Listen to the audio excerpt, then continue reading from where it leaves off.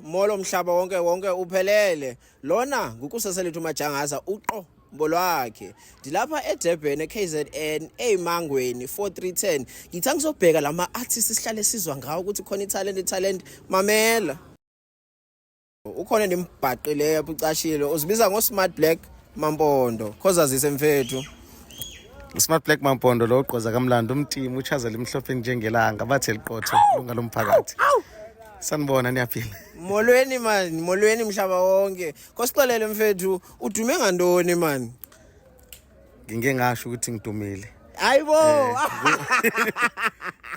Ndibona ngathi udumile kum ndithi xa ngena ko Instagram, xa ngena ko TikTok, xa ngena ko Facebook, nangu lo Smart Black and kuthiwa ulapha kule nginqi. Yayivalelo.